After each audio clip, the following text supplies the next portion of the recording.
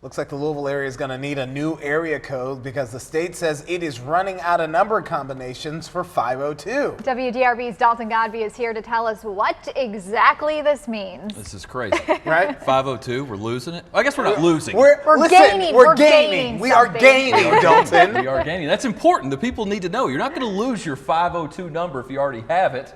But if you're trying to get a new one, you might not get it. It can sound a bit confusing, but it boils down to this. We're running out of those new 502 numbers. In fact, the Kentucky Public Service Commission, which is basically an agency that regulates utilities, says we have exhausted the 502 area code, and that will happen by the end of 2027. So assuming that the state's planning on something to do about this, they're not just going to let the numbers run out.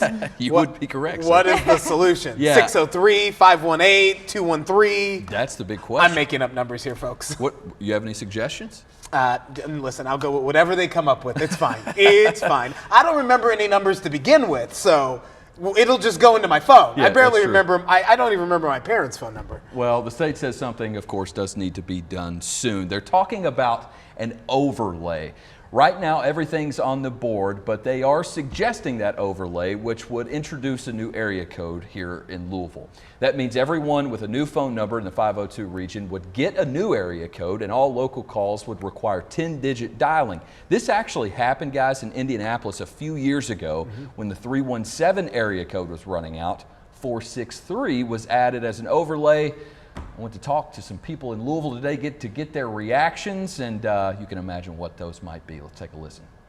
You have the old 502 and then people get a new area code, and not liking it. They ran out of numbers. How you run out of 502 number? It sounds like a joke. Is it a joke? No, I swear. Why you smiling? I swear.